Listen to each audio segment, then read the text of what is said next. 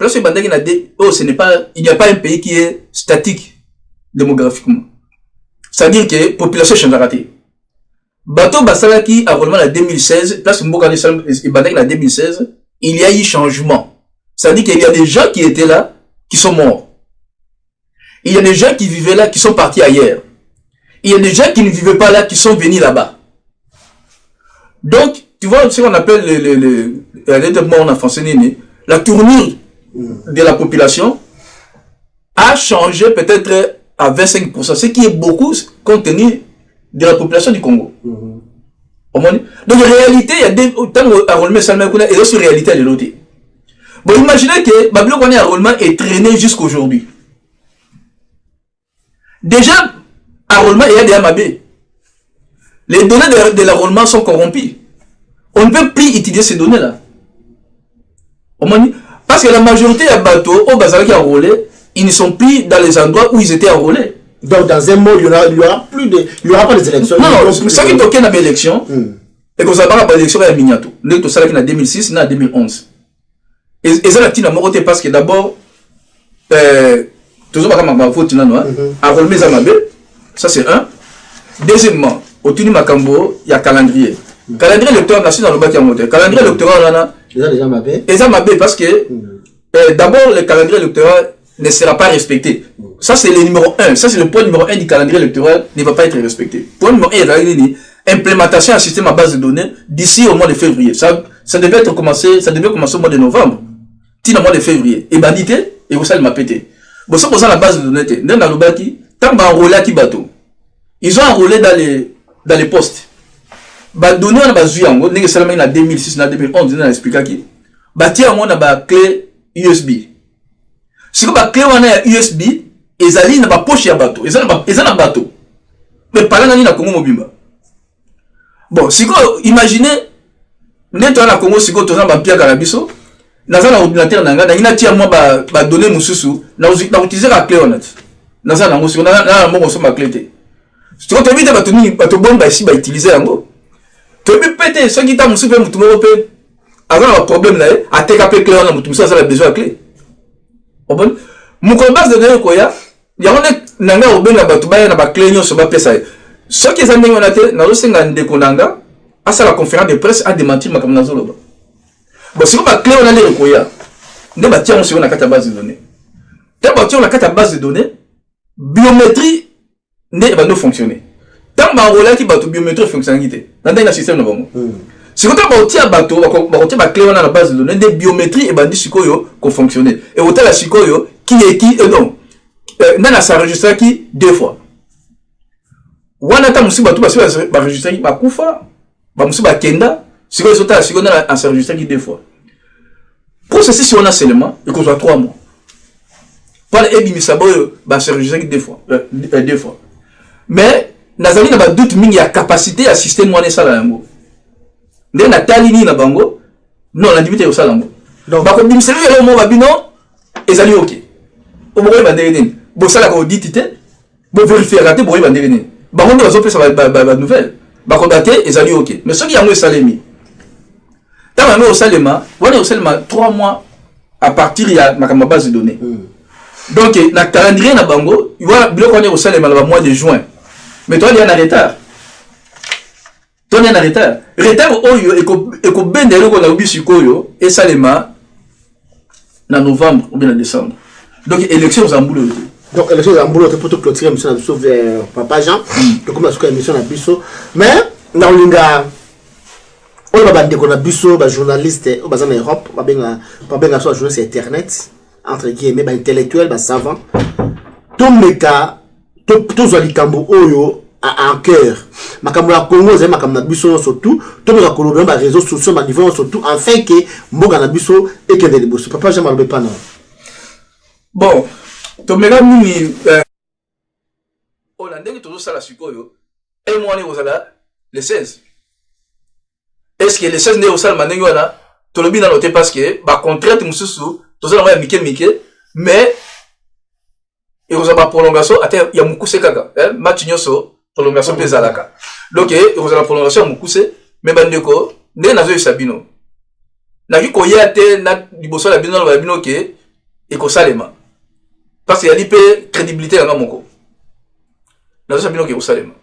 merci. Merci à trop, Papa Jean, professeur, quand il y a MIT, quand il y a Boston. Merci vraiment de nous qui va aller en Gandon, quand il y a bureau. Surtout nos frères et sœurs. Ce n'est pas, comme Papa Jean, chaque fois, ce n'est pas un problème personnel, c'est un problème de la République. Pour sauver le pays, pour sauver notre nation. Qui que soit, aux alliés côté Mwembe, côté Choko, de n'importe quel côté aux alliés. Pensez d'abord l'avenir de notre pays, nos ancêtres, nos enfants, nos grands-enfants. Parce qu'un jour, tout le baron waka, tout le liana mubutu, jano pétrole koi, bazale bele baya nozi mwamba, bazale bele baya mubutu. Mais le lo oyo, bazana bango bakufate mais bakuma kumukuri mona mukirende mususu. Oh tozo mona oh les choses nouveautés parce que rien de nouveau sur cette terre. Salomon Lobiango. Vanité de 20% du vent. Un jour, paix, par retourne à Bino, tu retournes à Kapesa. N'engagez pas comme Kosuka. Professeur Jean Bele, Papa Jean, tout comme dans Souka émission, on a habité, conseil au Pesa. La ligne cette fois-ci, au Talakame, où ça dresse la batuloko la Mendi, batuloko la Babochab, batuloko la Obeminako, batuloko la Kengo, va détruire mon qu'on a besoin depuis que nous sommes des jeunes. On va un moment mouqué donc ceux qui conseillent ou quoi on a besoin de la mingi ou quoi l'autre temps zambé ou le bela bango mouqué to clôture émission maman connaît ça aussi bandeko là na ba eza pas bandeko nyo so bazana pouvoir hein siko toujours reprocher ba makambe belé oyebi na français balobaka une faute avouée et à moitié pardonnée engol banin engol baké il faut pas rester que bon tout ça sali déjà ma bébé si ba yinibiso c'est quoi to kendaka ka ndengi wana donc m'en fous non pour to présenter ba boba so ba ya oui et ça ndengi wana te papa je na katu mo ba parce que na compléter idée na idée yo lobia na ma parole ya mende tango a beti discours na ya yebisi ba tunaye ba bengi so azo contredire cardinal mo so ba cardinal mo sengo na chat on a fait na Facebook na ngabi cardinal mo so zo kanisa lokolo biso to kima na ba marche na ba journée mort quand tu sais que la banane en ngoti akufa biso ne toza boye oya koyela man donc to longa na mandoki oya koya pe face à la bien blende pour toza bien préparé bona maloba ya mende ebisa ki batuna ye batuli ba bengi biso kano ela na mandoki bazali bien préparé donc iko boko katida bazana éternel. Bon, ce que je voulais dire d'abord Ndeko Claude na Congo mutumota ali bien préparé na ba armement. Ceux qui sont bien préparé na ba armement, ndé le ba trouble les en bokate. Tous ali très faible. Du point de vue d'armement, on les ali ka mangungu ha kolanda moté. Depuis le début armement, ils ali zéro. Tu ali bien préparé té. Mboka la biso le Congo, ceux qui ali bien préparé tu ali na ba soldats Monesco té. Ceux qui Monesco za mboka la biso parce que tu ali zéro sur le plan militaire, sur le plan de sécurité, zéro. Donc, tu es le seul pays d'Afrique où Monesco bazali pendant 20 ans. 20 000 hommes à Monesco bazali kuna. Tozo ko kaba rebelle mike. Ba rebelle mike au bazo bazamba to ko kaba moté. Bien préparé ani. Toi bien préparé te. Ba comment ta bobanga ba biloko na te. Wana ezali ba loba, ba to bazo loba pona mangungu. Moi to ko na kini te to yebi mangungu jamais ko banga. Tu vois? Donc il y a des muta lobby qui est bien préparé de yo siko yo obanga et non.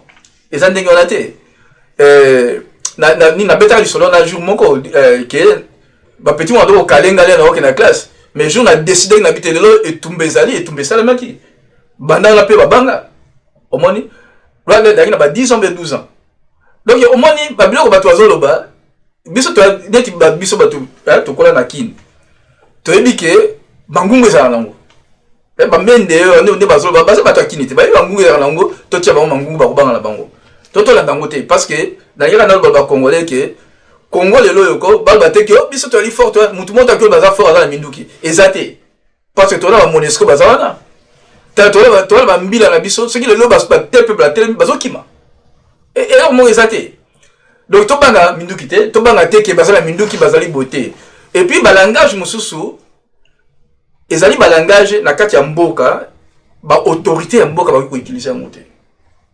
Ceux qui me disent que le biologiste est solo, ils sont condamnables. Même dans le bloc en parce que Agali comme une autorité en boka. Bon, Nina autorité dans la société, mais politiquement, ils sont là. Ils ne peuvent pas utiliser des langages comme ça. Vous avez un langage, mais ma violence. Parce que ils ont menacé dans la violence, ils ont la violence. Il y a un bazo comme la violence, mais bon, bazo banamo, na maloba, ils ont malmonoko, ils ont maloba mabe. Donc, et là, on a dit koloba, que bande ko la biso, tous à la biso sur mutumoko. Au moni, kolukate ko résister, au moni, Nazareth, comme si c'était un Djambé, pendant l'homélie, le prêtre est en train de prêcher, et ça, il quitte. Alobi, tant que sous, au ini mutu. Et puis, moi, je vais vous dire, jamais la relim bisate. Il y a beaucoup, hein? Jamais la relim bisate. Ah, mutuana. Pour la nini, Eli Mosata Zoï bisate, Eli Mbisa. Hein? Alors, bien, on parle de quand il y a beaucoup, jamais la relim bisate. Pas Eli Mosata Zoï banaye, Limbisa ndeko, Limbisa. Ou bien, Kosala ma bete ndeko. Balmoko, Oyuka Mutalobi, na Kosala yango. Oh, et où tu vois, pas Eli Mosata Yusagi. Dans la Sabino Bandeko. Oyo zolo ba sek ba mende na ba mususu wana bazana pouvoir sikoyo. Boyoka Eli Mosanto. Bozana te bozo réagir. Oh biso na bango te boyoka. Tango tata cardinal azolo ba. Alobi makamba solo. A fingi mutute, a menacé mutute. Tango alobi ba médiocre, asa la raison. Pas atteindre mboka yali. Bato inondation la carte Kinshasa, bato akufi ceux qui plus de 30 de personnes. Tu vois? Et ça médiocrité, et ça médiocrité, bandeko. Foule, on a zomona devant l'hôtel de ville, à Kinshasa. Namboka Mobimba. Et ça médiocrité, déjà médiocrité. Système de transport à commun, ça été la mboka mouné le Congo. Et ça médiocrité, et ça médiocrité. 90% des Congolais basant la chômeur, Namboka Oyali, un des pays les plus riches de la planète. Et ça médiocrité, et ça médiocrité. De tant que cardinal lobby médiocrité, a raison. Il a dit seulement ce qui est vrai. Ce qui vous allez battre ya mayele, botali bobi oui, makamba lobby, to analysant est-ce que vraiment tu ali mayele ou tu ali médiocre. Ce moment qui vous médiocre, beaucoup bon dit ça. Mais ce qui vous dit matin vous médiocre, c'est que bon c'est le monde et on vous c'est le monde. Ce qu'on dit matin vous médiocre, c'est vous médiocre. Tu vois, makamba cardinal lobby, cardinal a fini mon tout à lobby les commandants les alliés. Lui, il ne peut pas dire que vous êtes les meilleurs si vous êtes des médiocres. Il ne peut pas dire ça. Ça, le bin a yende sur la constitution au peuple congolais. Mais le vérité. Tu vois? Donc, le cardinal a fini Moutouté. Cardinal a vérité n'est pas tant cardinal a dit que comment les militaires peuvent tuer leur propre peuple. Parce que congolais, il faut y bango. Moi, salaire, bango, bazo zoa. Bon, on est au foot salaire, bango, zoa. Et zoa, t'es pas le peuple congolais, bango, bazo boma. Oh, bango, bazo kanga. Bato, basali na pouvoir. Kabila foot a quand même poté. C'est une violation de la Constitution parce que l'article 65 dit que tout Congolais est obligé de payer l'impôt. Kabila fout à impoter, le ministre va foutre à impoter, tout natif va foutre à impoter, va foutre à rater, le député va foutre à impoter, le sénateur va foutre à impoter, le gouverneur va foutre à impoter. Bon, ils ont faire fonctionner le réseau. Et puis, maman est zando.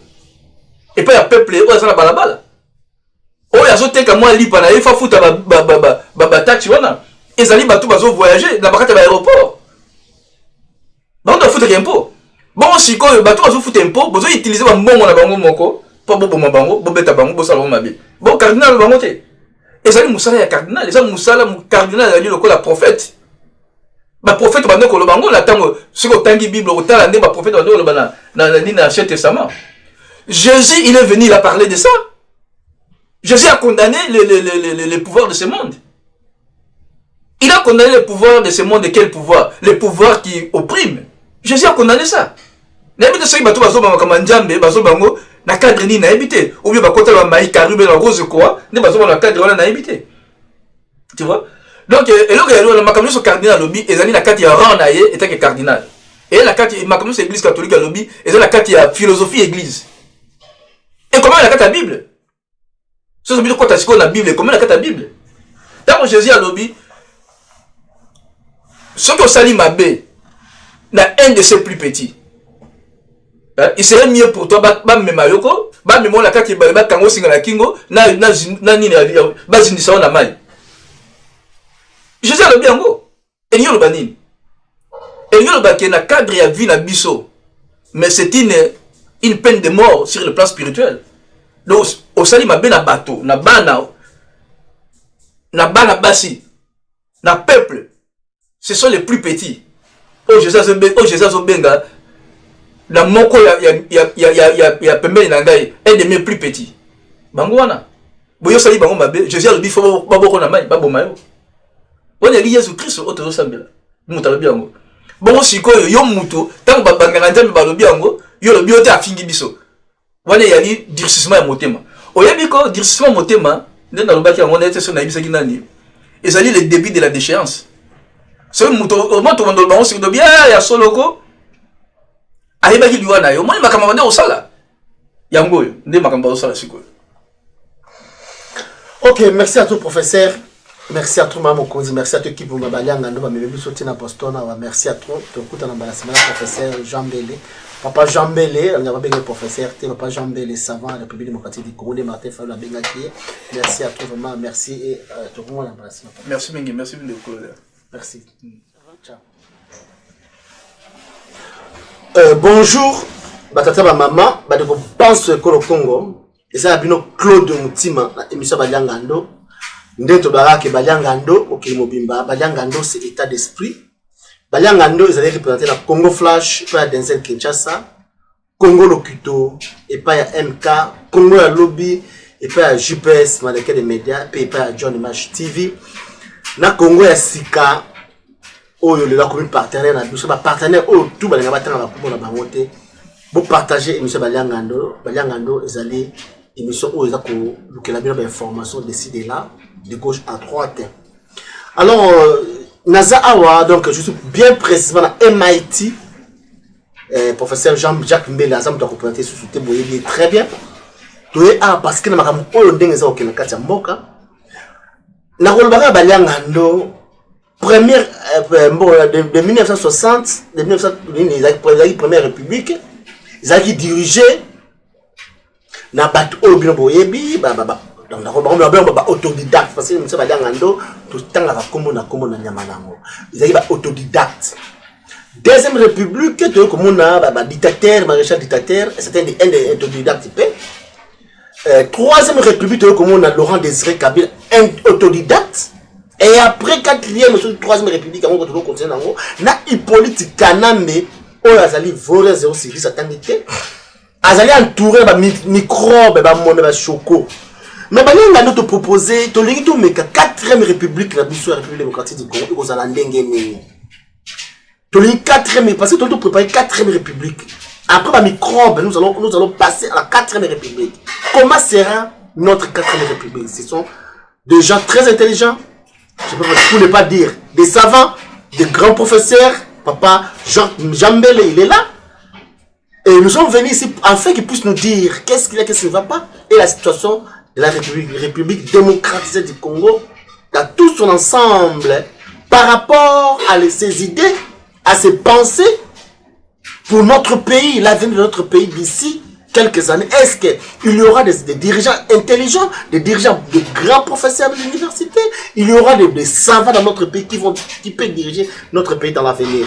Alors sans plus tarder, je compte à papa Jean Bélé. On a un savant, mais il y a donc il est dans Kawana. Papa Jean Bélé, professeur Jean Bélé, savant Jean Bélé. Azam doit représenter sous soutien. Mais bonjour, papa Jean Bélé. Oui, bonjour, Ndeko. N'habitez, n'a professeur, n'a savant, n'a papa. Papa Jean. Papa Jean. Papa Jean, c'est aussi un beau calelo oyo.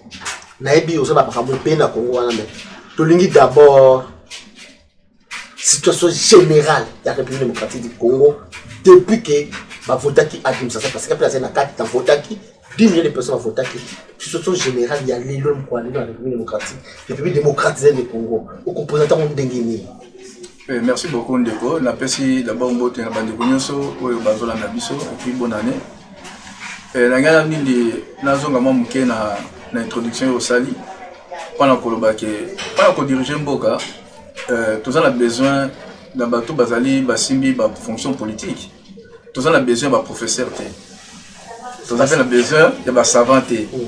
Tous on a besoin d'un bateau basali crédible, honnête, animé de bonne volonté. Comme tu as dit, un professeur, mais le professeur basé sur le Congo, il y a la deuxième république, troisième république, il y a la république, il y a professeur. Mais tu as dit que tu le là, tu as dit que Congo, autour de Kabila, le professeur va tourner dans la paix. Sur OK, il y a un gouvernement, il y a un professeur. OK, il y a un universitaire, il y a un professeur. Bateau va défendre l'anticonstitutionnalité à Congo, il y a un professeur. Donc, total à Sikoyo, et là qu'on les allait bien prendre la mission, je pense qu'ils prennent la mission, à venir à la mission, et là qu'ils allaient bien, tous les dirigeants au Bazali honnête, Bazali crédible, na bato oyo balingi mboka, na motima moko, kolinga mboka plus que ndenge baza komilinga bango moko. Voilà nde ton besoin. Bon na Sikoyo, pas toujours on a la question na yo, pas toujours on a motuna na yo, le point la situation après l'administrateur, et le vote administrateur, ils ont qu'en a bien. Ils ont qu'en a nané to kanelaki. Excusez, ils ont qu'en a to kanelaki, ils ont qu'en a bien dans le bien professeur Jean, papa Jean Belé, professeur Jean. Dans la question de Batinda qui a une question comment sauter qu'on permettre d'abord, quand même il y a l'introduction dans la cassette au entamant 4e République. Est-ce que c'est possible 4e République avec des gens on a Anthony Bassava, Batamaël Meyo, on oublie, professeur, mais des gens honnêtes, des gens au Balim dans la 4e République. Nous sommes en Anthony, la zone il va projeter à venir la République démocratique du Congo. Peut-être 10 ans, 20 ans. Oui, oui. Même 10 ans aussi, quand on a Claude, 10 ans aussi, parce que au moins, ils sont dans la situation dans le lot. Parce que tout le monde m'a dit. Tout le monde m'a dit, Franck Fagnon, le bas qui m'a dit, qui est gâchette, il y a ma casse Afrique et puis il y a, je pense, un Belge qui avait dit aussi que l'Afrique noire est mal partie. Mal partie, ça veut dire quoi? C'est une structure. Structure na biso to za ngolo loyo pa na kopona bato et ça déjà mabé. Par exemple Bazo Senga pa na kopona ba président il faut déposer $50,000. Boko za muto azali compétent mais na $50,000 té. Mais boko za muto ya iba mbongo à l'état azana $50,000. Le yasa iba déjà mbongo azana $50,000. Yende bango nde bakuta na siko lisanga ya bami. Omoni bango nde bakosa ba candidat. Tandis que bato bazana na ba projet baza mayele c'est la même chose avec les députés, c'est la même chose avec les sénateurs. Donc, à côté, on a déjà au moins une banque qui a structure. Bon, maintenant, et là, on dit que ceux qui ont changé de structure, on a des Claude, ils ont changé de l'élo, de quoi ils ont loba. Par exemple, le lobby, pour monter comme président, il faut d'abord recueillir la signature. Tu peux aussi recueillir par exemple 1% de la signature. Tout ça, par exemple, on a 50 millions de candidats. 1% à 50 millions, il y a dit 500 000. Si on a recueillir 500 000 signatures, c'est que la base déjà va Congolais va 10 000. Attends, ça a un bon côté. Ce qui a présenté quand même quelque chose de Congolais. Avec le Congolais, ah, moto a une idée bien. 500 000 Congolais va payer la signature dans le banque. Voilà, si on a aussi la signature, il y a $50,000. À quelle signature habitante dans 500 000 signatures, Oyo, habiter aux candidats sur au moins, tu as un candidat, Oyo, vote dans le banque et outil dans peuple. Peuple n'a jugé bango 500 000 Congolais, ce n'est pas n'importe qui. Occupez ça 500 000 Congolais, bon, tu vas faire le signature. Si on paye $10 dans la moto, 500 000 signatures, bien sûr, 5 millions. Au moins, donc au sein de la moto, tu dois faire le signature. Au éviter sur le temps, on va signer pour nous. Et on a déjà voté.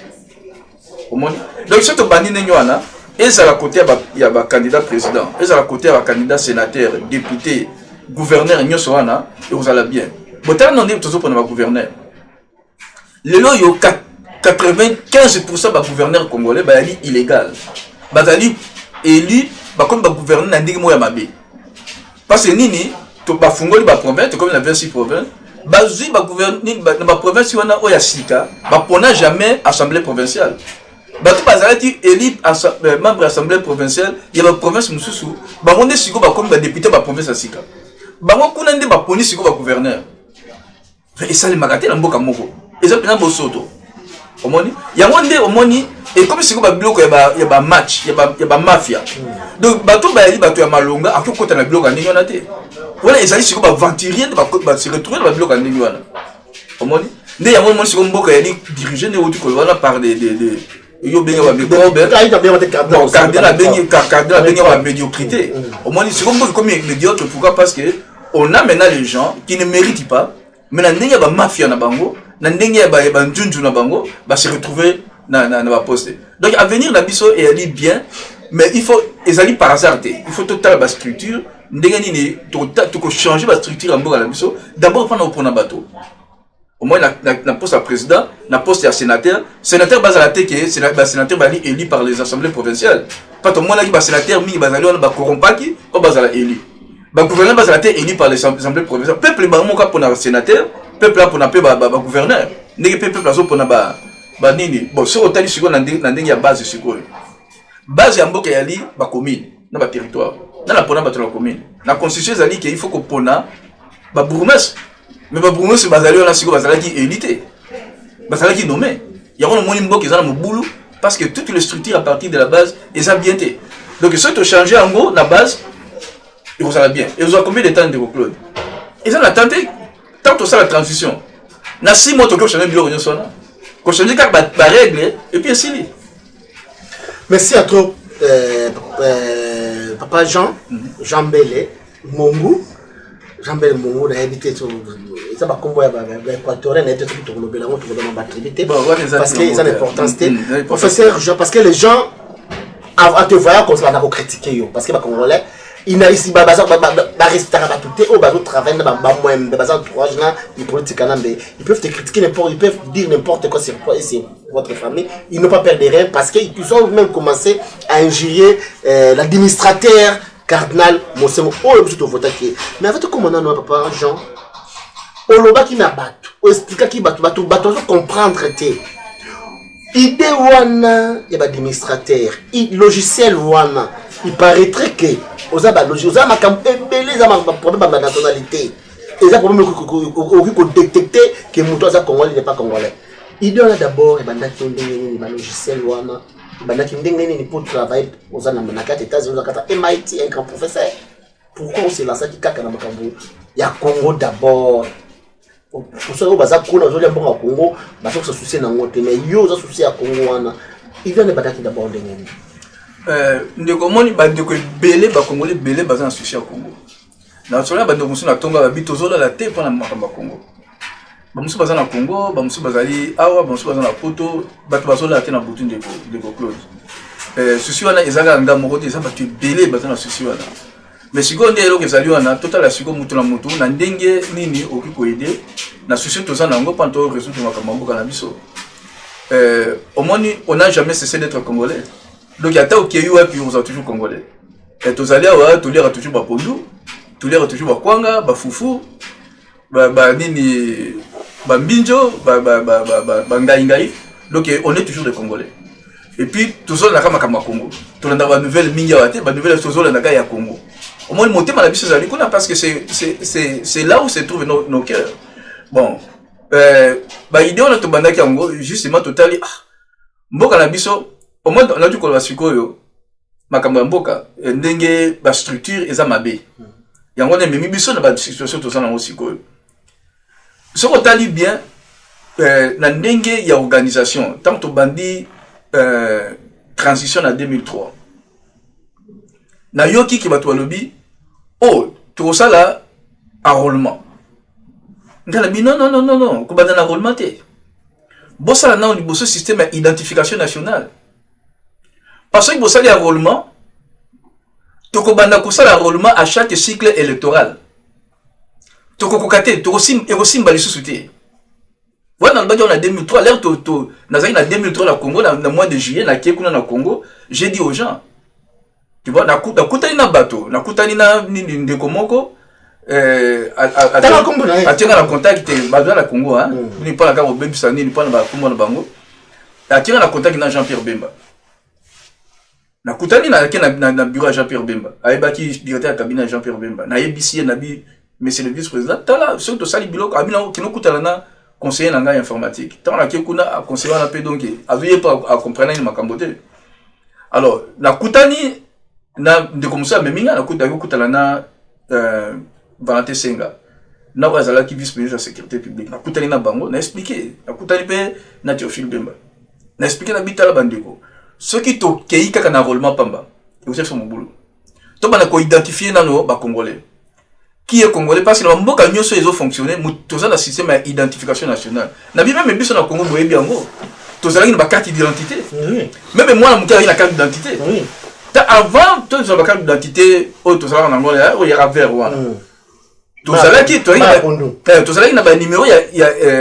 SD na ba SD quelque chose comme ça avant tant au vu la colonisation de tous ala na carte numéro identité nationale. Donc il faut tous aller dans la bilo quand ndenge wana. Pendant ya ngonde siko so tous na identification nationale. To ba numéro d'identification nationale. Ba donc ba na poto ba ebi na mboka nyoso oza nango. En États-Unis to na numéro de sécurité sociale. Moi na soki abotani bo PC yango. So muta kufi bolongoli. Mais osala ndenge nini? Tant boni bo sala enrôlement, bo sala enrôlement moko en masse. So bo sala nango. Bolobi bon toute personne qui a 18 ans, bo ebi sika ordinateur. Toute personne qui a 18 ans doit être enrôlée. Automatiquement, Bakio se basant à 18 ans, basali enrôlé. Automatiquement.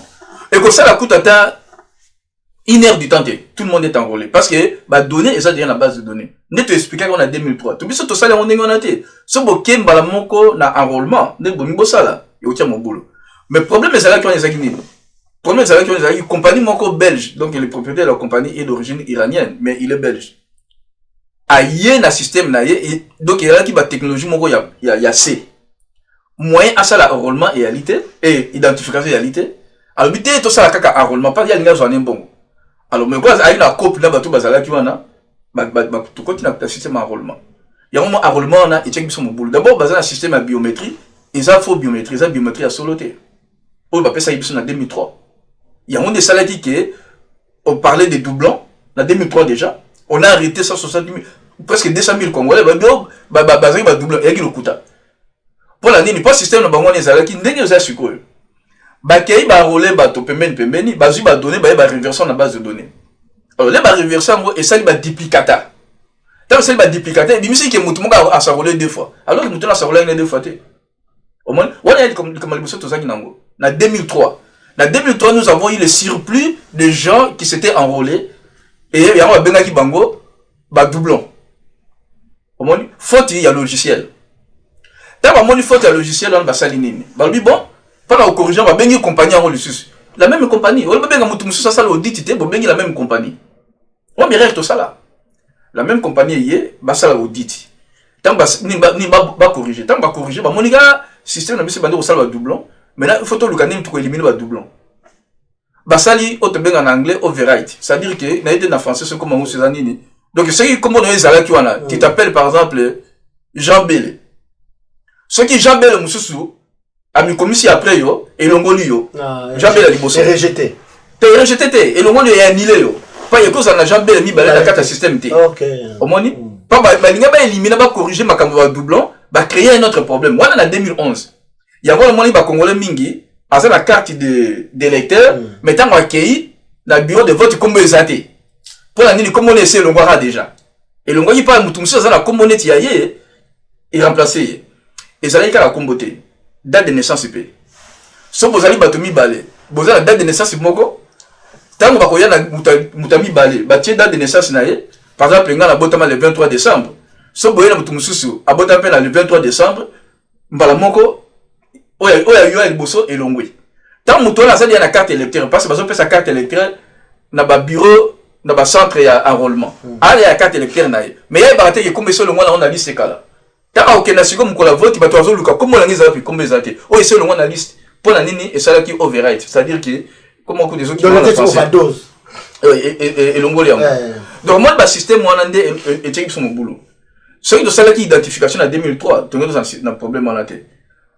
Les problèmes na kena proposé en 2003 na bito ça la identification ne na sala ki logiciel na kena inango pa na repesa na bita la repesa la gratuit bien gratuit na bita la moni ni na moni ba situation mboka la bisoko mboka uti na bitumba mon cher OK no senga muto uti na bitumba mais bazo pesa iranien ba mbongo bazo pesa ba iranien ba mbongo ba belge ba mbongo voilà moni bato wana ene ba mercenaire te bango ba yepa no sala mbongo oboli biso to kepa biso yali kama mabele ezali kama mibale mutu wana yepa no sala mbongo be biso za makama mabele e makama mbongo na biso o kenda siko te ko senga mbongo na bato basala mbongo te na mboka ezala mbongo te mboka uta bitumba même camarade nango e bisakinga ni solo wana oya o penja a forcer ngana kenda na Congo a bisakinga lobino papa Jean moi te o que ça mboka Dès lors, on a Kendaki. Ils avaient qu'à prendre l'identification. Peut-être qu'il y a un logiciel, pas national, les régimes de son, mais comme ça, parce que technologie. Qu'est-ce que tu peux faire pour aider notre pays si réellement c'est que tu vas me faire malin? Au moins, Ndeko Claude, mon thème à Malamou, ils allaient rare aux OAP, bateau et belé à mon thème à Malamou. Il y a un moment, la tête à Moko, bateau à ma belle est belé. Mais pourquoi appliquer la ma belle à monter? À cause, il y a la loi et puis il y a structure. Au moins, toi, tu as une structure à Malamou Namboka.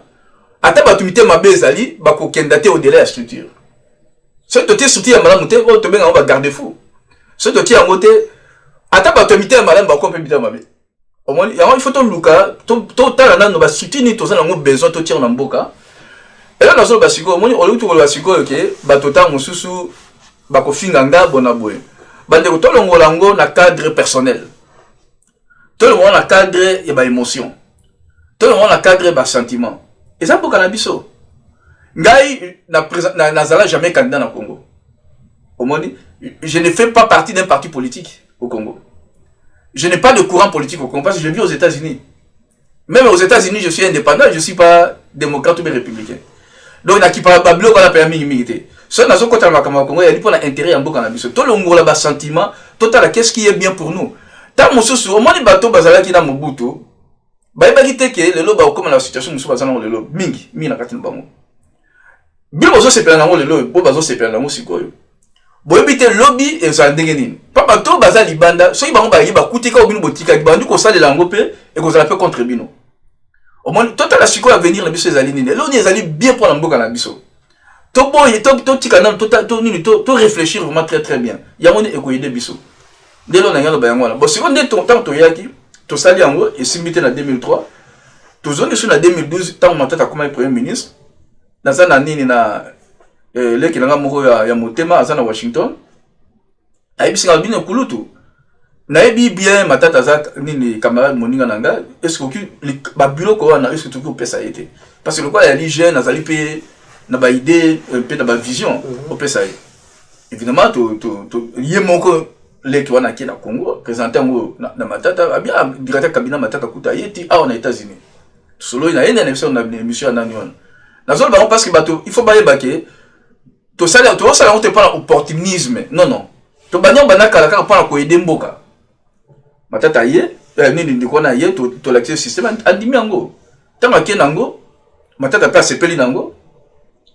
Moi, Mouké, a eu signe que non, moi, Salema, et réalité parce que na niveau ya mboka mukolo mboka lingité donc une politique anande bon yé mutaza président bon ya ba mukolo mboka lingité bonga nini la lité na kota ba détail mais non professeur Jean pas toi comprendre mukolo mboka ya azaki premier ministre mukolo mboka c'est-à-dire politique anande surtout ba babiki politique anande za occupé bon ça occupant et puis bazana ba soit déjà bazana ba lien na matata pole.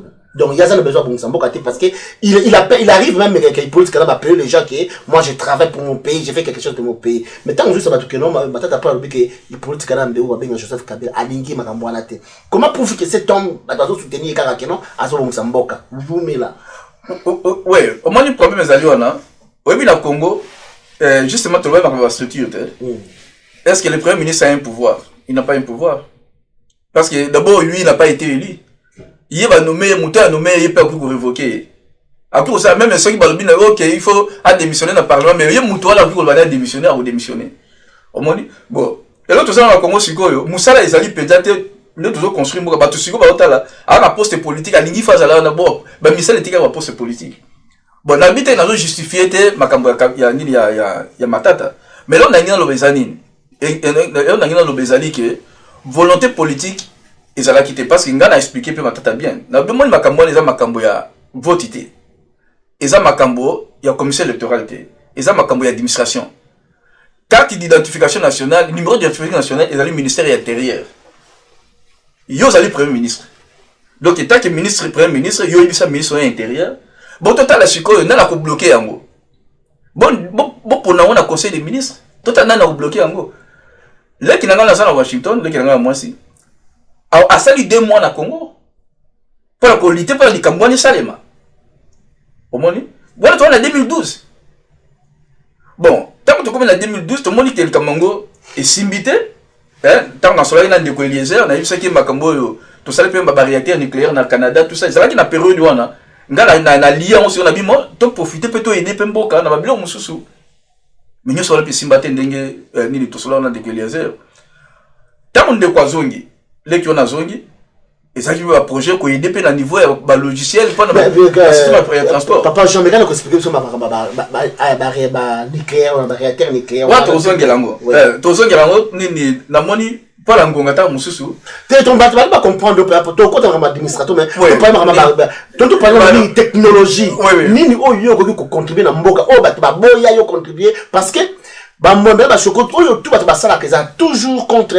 On va aussi la malamu, tout aussi la malamu, on doit bande engagé absolument boyé, on aussi la bien au commun ennemi ya politique na ba bien Joseph Kabila. En fait comme administrateur, cardinal monsieur mais le lot a comme mutumabé parce qu'il a mettre les points sur les i, les barres sur les t. Mais il y a une volonté na on a no edemba mboka sans même aux na parti politique té, c'est la volonté, le lot ba comme ça mutumabé ba comme ennemi, il y a ba congolais, ba to ba mwembe ba choko, ba comme va s'apprendre na yo mais quand que tu agir ba nucléaire on et il faut porter na Congo. Non parce que moi ni Ndeko Claude moi batobaki koloba ba s'apprendre le langage bon pour moi ça ne dit rien du tout. Le plus important pour moi c'est que ce que nous sommes en train d'essayer de faire pour le Congo. Tu vois bon tout ça la coûte mingi par rapport à bateau bazana na kati ya Congo bateau ça les belo moi bateau zo kufa bateau ça la mingi ko le kakutu biso tozo meka na ba niveau tozo nango ndeni to peut contribuer kaka biso des années contribution na ba ndeko so bazana poto pe bazo ko bundana bino en États-Unis partout bateau zo bundana na kati ya Afrique pe on a contribution c'est la contribution modeste autozo même bon, autozo même sikoyo, ils allaient vraiment très important sikoyo et aller comme auto sali un peu administrateur. Oui, donc comme on a mais quand vous savez ba réacteur nucléaire ou ba blokwana, et que parce que toujours ka nucléaire, et que ça na Congo, il faut aider la population moyenne na cadre nini. Bon, voilà déjà ba parenthèse tout fungoli na cadre nini tozo loba. Non, au moins ni mboka na biso ko Congo, tozo ba minerai belé. Donc sous-sol na biso et ali sous-sol moko minier. Ni ba minéral au moins les alamandés ba couteau à double tranchant. Et du coup ça là que ba minéral mon sous et dégagaka ba radiation ça muké. To éviter effet nini toni ni radiation les bima na ni na mabele le quoi la neti ba tozana ba mini à ciel ouvert. Et puis tous appels bateau tous autres timons les belés tous autres mal boulemé belé tous mis sur ba minéral les alliés en place ba boulement les salema ba glissement à terrain alors ce que les alliés tant que vous dégagez pe ba ni ba bleu moi ma be ou tout quoi affecter santé à bateau alors ba ni technologie nucléaire normal et daranani ils ont aidé na cadre ya biso ko zo ba échantillon ma belé ba échantillon à maille ko tester en gros na réacteur il y a un monde ko pesa sikoyo est-ce que awa ni taux de radiation zali au moins est-ce que ni à ta radiation peut-être mais quels sont les produits qui sont est-ce que les sols sont contaminés par des produits et que ça peut être produits chimiques seulement et non d'autres produits est-ce que l'eau est contaminée est-ce que la végétation est contaminée au moins il y a bien pour la santé ya ba congolais il y a une recherche scientifique il est très important pour la mission pour la dengue alors que toyeba et le nini et que les cas ou que déranger santé na biso l'autre ça va maladie bleu to bien bandoki tant ce pesant bandoki ça va maladie naturelle parce que environnement c'est ali contaminé na bilo musu to nango ba recherche nza ba pesa biso tellement tozo gérer en mabe ou bien tozo gérer en kututé alors ils ont pesa biso sikoyo ba bilo musu au lieu de profiter na recherche wana il y a moins de sikoyo mais biso ba bilo musu mais biso tozo comprendre nangote to comme sikoyo na système à kindoki alors ils ont kindoki té donc voilà des sikoyo ils ont bilo moko to sala ngo na bandi ko belé ba ni ba Congolais ba les belé ba palanga ni mokili mobimba même na Congo baza mayele mokolo moko to vendre sika na sola ina docteur Mukwege abetela nga ba solo na bimba il faut vraiment to vendre sika moto to bongisama donc elo moto to sala ngo ba étape ezo yande yango wana au moins l'étape monsieur zali nini na pour exemple moi muké o état makamita li recherche scientifique pas ka makama réacteur recherche scientifique maintenant recherche scientifique oyebi na Congo tous les mboka moko tous les bakisité tous les importer bakis l'extérieur mais nous avons tout ce qu'il faut pour fabriquer le médicament au Congo Nous avons toutes les plantes qu'on utilise pour fabriquer les médicaments. Tout ça, on a au Congo. Tous les ingrédients. Nous avons des biologistes. Nous avons des chimistes. Nous avons des pharmaciens. Qui sont des chômeurs. Basa ba chômeur, basa la raté. Donc, au moins, l'équation n'est pas facile. Parce que toi, on a formule, au moins, qui c'est belé, ezali, on va bien générique. Générique, c'est-à-dire que, et sali bambou là, à peu près 15 ou 20 ans, Moutouye a pu utiliser ma formule. Donc, mon colo a salaki ango, a pu se couper qui s'abattuté. Donc, ce que l'ingénieur utilisé ango, au salika la demande, va passer ma formule, il y a des conditions qui boyokani, et puis comment utiliser ango. Net na Congo, quand on a aspirine, il y a des qui sont mercurochrome, il y a pas qui sont rouge boy. Et tant qu'il y a des qui sont et ben nous sommes limités. Donc, les 80% qui sont en besoin, même 90%, tout ça on a Congo. Soit tout ça on a tout importé sur qui cité. Mais tu peux ça message ba jeune na biso. O baza ba chômeur les loyo. Et belé baza ba chômeur. On est le bosso. Ça va prendre combien d'étapes pour tout ça là? Et qu'on soit ta mouva moukousé ya mouké. Peut-être même 6 mois to bandi yango. On est allé un des projets na pesa qui sert on a kendaki na Congo pendant kutana na matata. Comment dit? Notre sœur là, ouais, kendaki na Congo kutana na matata, asaka na Washington ah. Ya akenda nango à l'hôpital ndeko na bina tindeli bino so bolingi ye moka ko aider. Et ça, il y a un côté. Le projet, il a créé combien d'emplois? Même 200, 300, 400 000 emplois. Il y a ma jeune. Il y a un côté. Il y a mis balais à l'île. Autre chose, ça, dans le biso. Et ça dit projet, par exemple, le loyo, le rotozo loba. Au moins, il y a rotozo lia. Au moins, ils sont aussi pilipili. Pilipili, na biso, sont qui la Congo, moi, pilipili, quand il y a un bouma. Mais tout ça, ça peut pas pâte à pilipili. Quand tout ça, va pâte à tomate. Nga to na États-Unis ote tozo zwa tozo somba ba tomate zo uta na ba pays mususu ya Afrique pays wana bazo produit tomate te ko le Congo mais tozo exporter te vous comprendre na ke Nathalie na moni pondu zo uta la Cameroun pondu zo uta Cameroun nga zo uta la Côte d'Ivoire et ce Cameroun a produit un pondu ko le kabiso nous sommes les premiers produits mondiaux ya pondu ya ngai il y a Matembele. Pour tout ça, parce que tu as une économie de masse. Il faut que tu aies une économie de masse, tu as une économie de valeur ajoutée. Tu as ça, quand on a produit agricole, tant que ça, pendant qu'on rendre des produits industriels, mais on crée l'industrie. L'industrie que créer en Congo. On n'a pas besoin de beaucoup de choses. Les Congolais, basés sur connaissance, il y a un génie. Tu vois? Si tu as mis ça, et ça pas même 6 mois de Golandai, tu as ça. Et puis, les Congolais belé, les Bamboka la biso partout aux huiles, Bamisala, pour transformer les produits na biso et le produit de masse comme un produit de valeur ajoutée. Tant que vous avez produit à valeur ajoutée, vous avez besoin d'emballage. Donc, il y a vous créez une industrie d'emballage. Vous avez besoin, il y a comment la carte banine, il y a produit, on a beaucoup de spécifications. Vous avez l'industrie qui a des cacayango.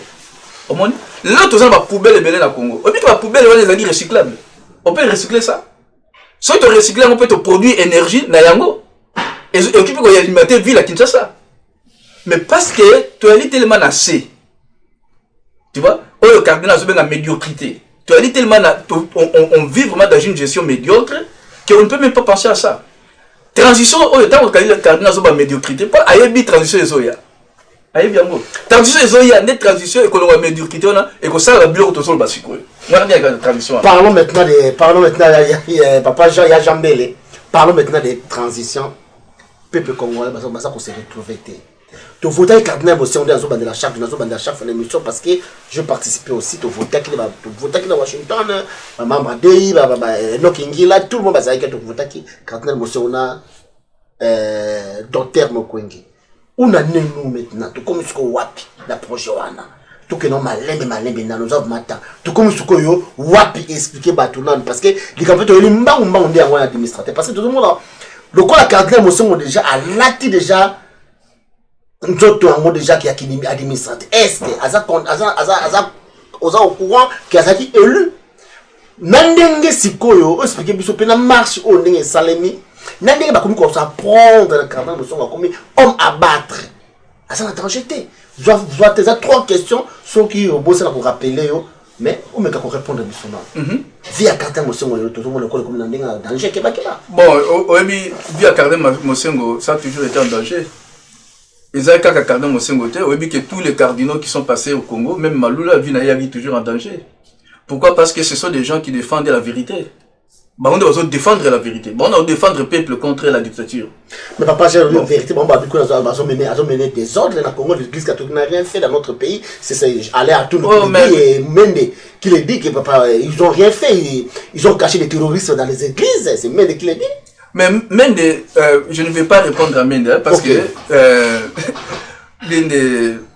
mais les Congolais belé bako juger makambo Menda lobby. Moi je ne vais pas lui répondre. OK, tout maintenant et l'autre qui tol ba siko ezalini. Tant que ça lui vote, oyebi na processus aux États-Unis.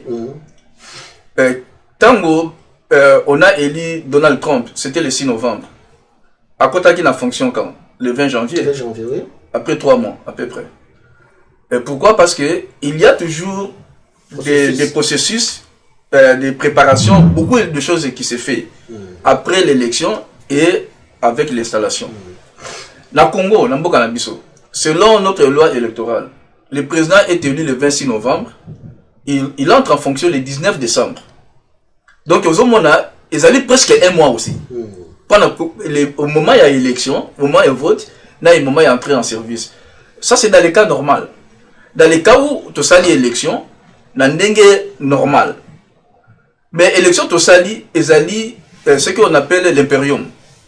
Ezali na ndenge normal te pas ezali na ndenge mutu moko azotia mutu makasi. Oyo aza ce qu'on a ce 3e mandat.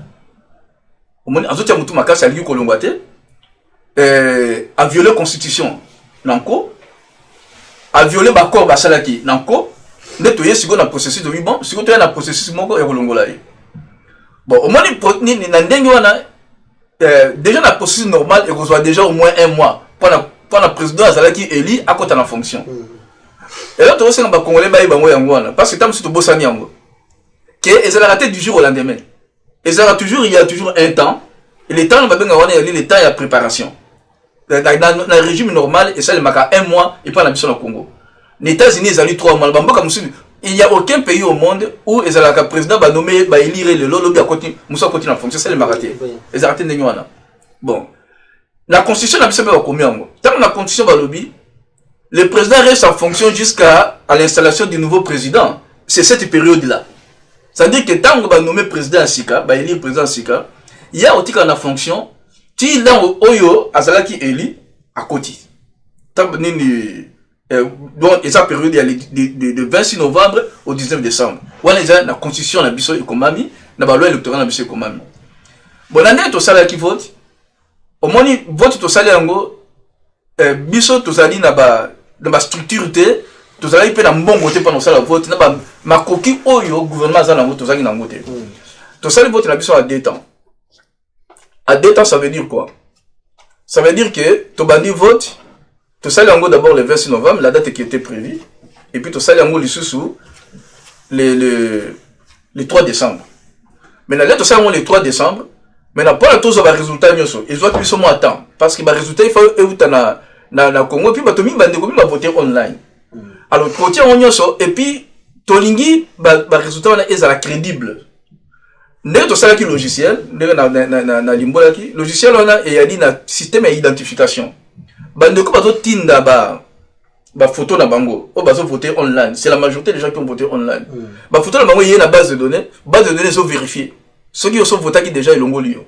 Ceux identité n'est pas clairté ilongo lio. Omoni. Alors, maintenant imaginez tozui au moins 10 millions il y a voté sur ya ndenge wana. Il fallait qu'on traiter yango et puis batu mususu oyo bazala qui rejeté et combien une bango texte qui vote non est rejeté. Bande quoi n'a pas se plaindre pe. Ndeninga na voté elle rejeté.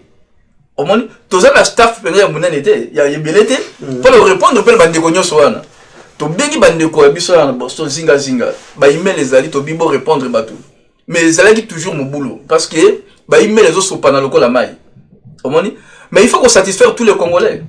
Donc, moi, le processus, on a émis Bisso Sukoyo à partir du dernier vote, le 3 décembre, jusqu'à le 16 décembre, tant de proclamer le résultat. Donc, au moins, il peut se faire encore 2 semaines. Pas tout le monde va structurer à l'état. Tant au premier résultat, le 16 décembre, Sukoyo, il fait le reculer un peu aussi, processus de préparation de la Bisso pour installer l'administrateur. Vous comprenez? Donc, moi, il peut moi retarder en Guana. Bon, si on a un processus d'installation, moi, je suis Salama Inakati et créer biso moi, moi, contre-tempé. Et ça a un programme parce que on avait essayé toujours de travailler avec les autres composants nationaux. Donc, on a parlé avec la société civile, on a parlé aussi avec les partis politiques pour l'organisation de certaines choses. On m'a dit chaque fois qu'il y avait peut-être des manifestations, ça nous retardait aussi. Parce qu'on ne voulait pas mélanger les choses. On voulait que les choses se fassent comme les Balinga Sala Boyo, Tobibo Totika Bango Sala, tout supporter Bango. Ce Balinga Sala Boyo, Totika Bango Sala, tout supporter Bango. Nous sommes là, et puis si nous sommes arrêtés, il y a peine d'excuse, mais puis si nous sommes arrêtés, nous avons une stratégie dans biso. Bon, au moins, par exemple, et là, ça a mis le 31 décembre. Biso Tobiba qui a monté au Salema. Donc, ça a dit préviter à l'avance, n'est tout temps, ça a dit programme dans biso. Mais là, Toyoki qui est au Salema. Au moins, on a laissé un peu, donc on a focus pour la supporter Bango, pour la aider Bango, dans le Bango pour ça. Au moins, les ressources comme ça, on a Congo, Toti a ngopé et participer. Au moins, il y a ngopé sous et retardé son mouké. Mais, il y a Salama qui est le 31 décembre, mais ça m'a l'air parce que, et même le peuple congolais va comprendre, ce qu'on va comprendre, et là, on est des alliés. Il y a une PCP occasion, que les cardinal P, Abana Suko Koloba, Négazoba Suko. Bon, pour la bise Zali, Suko. Pour la bise Zali, plan la bise Zali Kaka. Premier plan, donc, plan la bise Zali a 2 objectifs. Objectif de bosser là, qu'on ça la vote.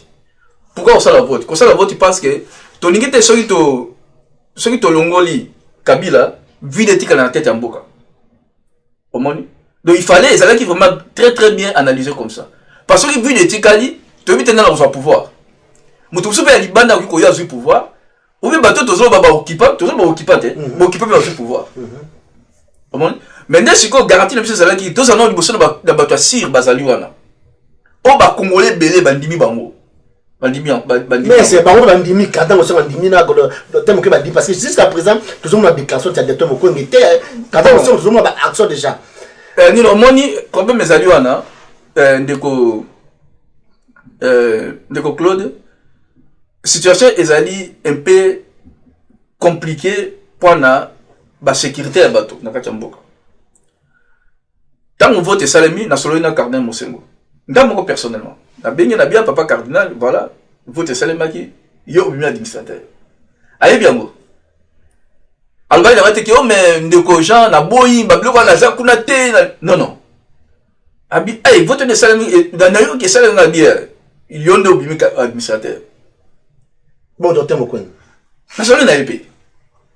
Docteur Mokwen, il y a un solo mingi collègue cardinal. National n'a pas docteur Mokwen. National n'a avant vote, il y a un solo na candidat belé avant vote. National toujours en contact na candidat belé tant voter au Salema. Par exemple, de la biso à part ma camboya vote, tous en fait ma solo sur solo là. Par exemple, avant vote, une semaine avant vote. Tu seras le docteur Mukwege pendant 1 heure dans le téléphone, ou 45 minutes. Et ça va, il m'a comme vote, et ça, il m'a comme politique, et ça, il m'a comme le sambo. Parce que moi, il y a une maladie, moi, maladie, je suis mais, Azali, qu'on encourage un gars, na kati ya le sambo, albi, ba, aussi, ko to sambela. Après, singa matéa. Na ndenge, ya kumatisa espoir, que, quelle que soit la situation de santé, Ndjamba Kosala. Et puis il y a Zamonganga. Tout ça, les 45 minutes, on n'a pas parlé de ma campagne administrateur, ma campagne vote, rien du tout. Je me rappelle de Christophe Ngoyi. Christophe Ngoyi, tout cela, il y a été qui est ingénieur. Dans ma solo, il y a été ah, John a rappelé ingénieur, administratif ou bien juriste, habité dans un ingénieur électromécanicien. Et c'est pas comme ça, ma campagne administrateur. Et ça dit, ma cambo, ma solo, nous sommes solo là, et écoute la politique. Mais na kutana docteur Mukwege Mbalamoko, tant avec Nanio, mais de quoi Christopher na kutana jamais. mais to ko le ko bandeko to solo laka abenga to benga na kutu te obo to abenga ndeko ko be ndo na bite to benga la bandeko na Christophe Ngoyi ezaka yemo te ndeko azana Lubumbashi biombo na mona yepete to solo la makambo mwana beta basket te to solo makambo mwana ya basket mais azali administrateur donc moi ba masolo to continue masolo ya kindenya ya kindeko mais dans l'entretien comme politique pesa na kati au moins cardinal Mosengo to solo na solo la kina ye tant résultat bi na bis na papa cardinal papa yonde au komisiko yo administrateur ayebi yango à part ngai dernièrement on a l'information na ko pesa bino beaucoup ko tunango ndeko Félix tu sais que da kena ko kutala na ye pas ko féliciter ye qui est papa cardinal d'ailleurs ko féliciter yo na ndenge ko commis administrateur. Oui, papa cardinal, merci à toi Félix, c'est que tu as qui peine les Martin Fayoulou, a bien que savant, avec ses jambes, les systèmes savants. Est-ce que vous êtes savant à solo bien, bah éloge, Martin Fayoulou, ça l'a pour poser une question. Encore répondre à vous êtes savant. Ah, t'es mini, au moins, tant que ça, Moussala, au Sara Moussala, pendant au Moussala, résultat. Positif. Positif pendant qu'on contribue. Nous ça va. Bon, on a Martin Fayoulou, au moins, t'es n'habite qui a causi. On a sur la béni Martin a causi, on est à Mabé. Ezali, Moutaza, Ezali, ni opinion na yete. Ezali, jugement na yé, Monica qui est, comme on met autre chose, on va se bien à Zoba. Ezali, opinion na bango. Ngala nini, voilà, nini, ngala zo qui peut monter. Mais papa, je sais que parler, c'est comme administrateur, va féliciter, va féliciter, en tout cas, merci à trop. C'est quoi, faisabilité. Il y a ma solo na siko ndo le buto za 3 mois il peut être kanambe na buto za 3 mois te no biba ça les États-Unis ça 3 mois parce que sont des pouvoirs na Congo selon charte d'occupation bien constitution selon charte d'occupation ba bi ba ça 1 mois mais ce que faisabilité non parce que toi li politique kanambe na ba discours nae aza ko ba ba ko kenete na discours ya fin d'année aza ko pesa ba biloko oyo isalema na noter alors ba ko tsi kimia kuna na c'est aussi longtemps que bana physique la ko tsi kimia kuna makama zo pesa histoire mo boy makama élection est-ce que faisabilité ko zala et puis papa Jean tu comment que na fuso ka émission en 2018 élection o ya bango o selon calendrier qu'on a nanga ozo mona élection ko salema to bien ba ko glisser sur les politiques na ou bien administrateur ko za fonction ils ont des makambo. OK au moins makambo par exemple le makambo ya Kabila normalement biso wa congolais to qui fait ce makambo Kabila té au moins pourquoi parce que makambo seul matin selon Kabila parce que mandat n'est ceci là qui biso no moi problème mune biso ba congolais to ça nangoko abo selon ngai wa des opinions nanga problème n'est to ça nango to so tia mutu so pesa mutu mako nini ba biloko ya ça nango té et là to so bosana ke le batomi bazo ba bio Tolingi 3e mandat, mais tout ça il y a un 3e mandat. Ça c'est la 2e année, il y a 3e mandat à Kabila.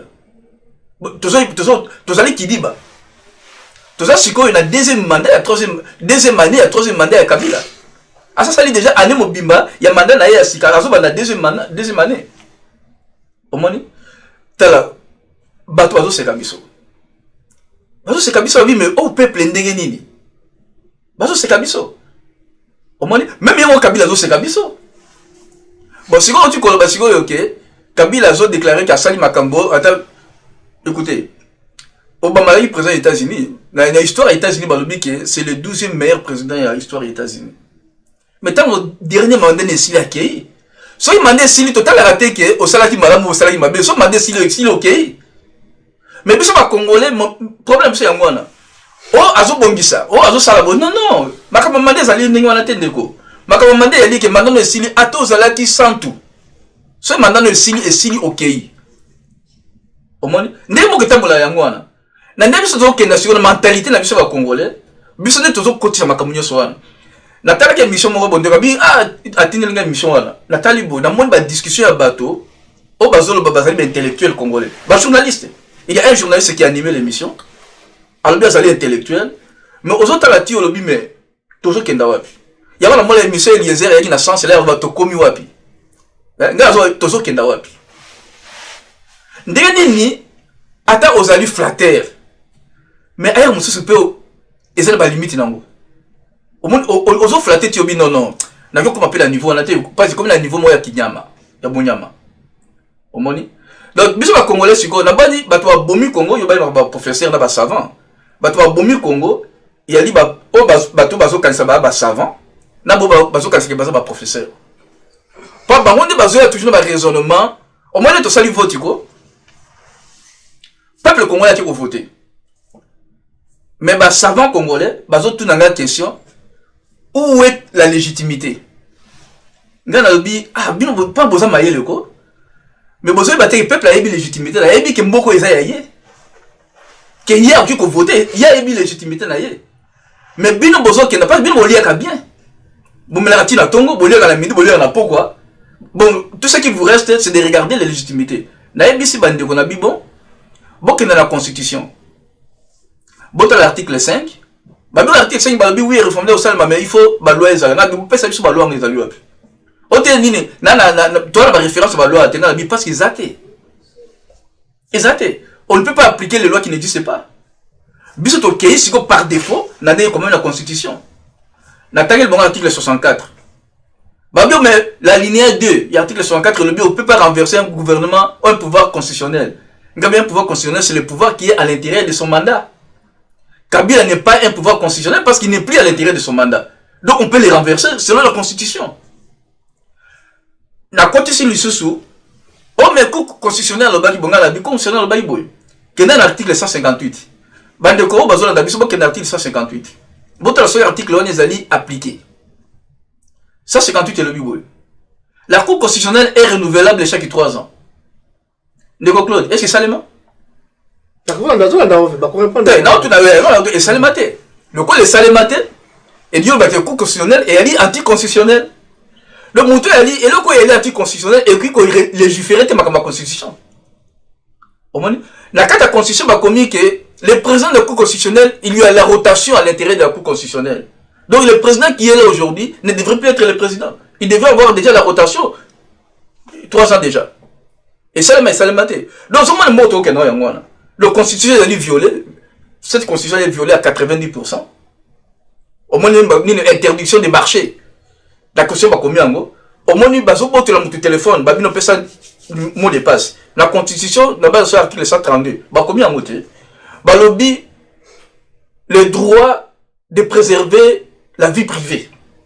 Donc, si on a un mot de passe, on a violé déjà la loi constitutionnelle. Mais ça, les mamoutoumans sont condamnés en côté. Donc, beaucoup de gens ont beaucoup de violations sur les violations. Et alors, il y a un mot qui a une idée, il y a administrateur. Tu as administrateur. Administrateur, on a changé un peu. Il était à changer ma cambo. Il y a ce qui a eu pouvoir mieux choisir à ma baie à Bosoto, les pouvoirs médiocres. Il y a un Elongwe. Et aller les cambo à candidater. Bandoko Bazali, Bandoko, il y a majorité.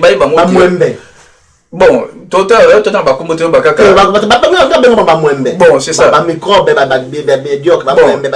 Bon, bandeko la biso au bazali de l'autre côté. Au bazo comme bien la majorité siko, au batumso combien en minorité. Ba va bien. Tout le monde a sentiment. Surtout boy bazali ba intellectuel, ba journaliste, ba juriste, tout le monde a sentiment. Et ça beaucoup la biso, tout à l'intérieur beaucoup la biso. Elle passe aux oli à lelo. Ne au baté au bosana ni les babilora malamu na babilora mabe omoni parce que lobby o éviter o koyela lobby o éviter place ni o kozala lobby c'est mieux que tout s'ajuster les lots total qu'est-ce qui est bon pour notre pays c'est ce que nous regardons omoni soit to lobby le lot que Kabila kenda ce n'est pas parce que tous ali ennemi il y a bateau basé la pouvoir non les andeng on a été et il y a parce que toni to respecter mi beko mboka na biso c'est pour les générations à venir mais est-ce que pour la ndemo lobby on a loi mais est-ce que calendrier connaît nanga albak déjà ça déjà na contrainte le 2018 élection en soutien non ndé na lobby ndiko na biso nanga ceux qui pendant azali conscient bon na biso azali conscient soit azali conscient t'es soit azali conscient c'est mieux à ibisaka ba congolais hein que voilà élection aux alaté élection ça ne jamais. Parce que au moins, si on analyse le processus, ndeko, au début que Arolme Bandaki na 2016, place au bateau bazala qui a roulé en 2016. À moins que le Congo ait un très très statique démographiquement.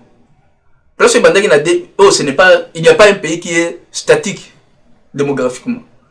C'est-à-dire que la population change raté. Bateau basala qui a roulé en 2016, place au bandaki en 2016, il y a eu changement. C'est-à-dire qu'il y a des gens qui étaient là, qui sont morts. Il y a des gens qui vivaient là, qui sont partis ailleurs. Il y a des gens qui ne vivaient pas là, qui sont venus là-bas. Donc, tu vois ce qu'on appelle la tournure de la population a changé peut-être à 25%, ce qui est beaucoup compte tenu de la population du Congo. Donc, en réalité, il y a des temps à Rolme Salma et d'autres réalités de l'autre. Bon, imaginez que Babylone à Rolma est traîné jusqu'à aujourd'hui. Déjà, à Rolma, il y a des Amabé. Les données de l'enrôlement sont corrompues. On ne peut plus utiliser ces données-là. Parce que la majorité des bateaux au Bazar qui enrôlés, ils ne sont plus dans les endroits où ils étaient enrôlés. Donc, dans un mot, il n'y aura pas des élections. Non, ça qui toquait dans l'élection, et qu'on s'appelle pas l'élection, il y a Mignato. Nous, tout ça, qui en 2006, il y a 2011. Et ça, la Moroté, parce que d'abord, toujours pas comme faut enrôler mes amabés, ça c'est un. Deuxièmement, au Tuni Makambo, il y a calendrier. Calendrier électoral national, le calendrier électoral, et ça m'a parce que d'abord, le calendrier électoral ne sera pas respecté. Ça, c'est le numéro 1. Ça, c'est le point numéro 1 du calendrier électoral, ne va pas être respecté.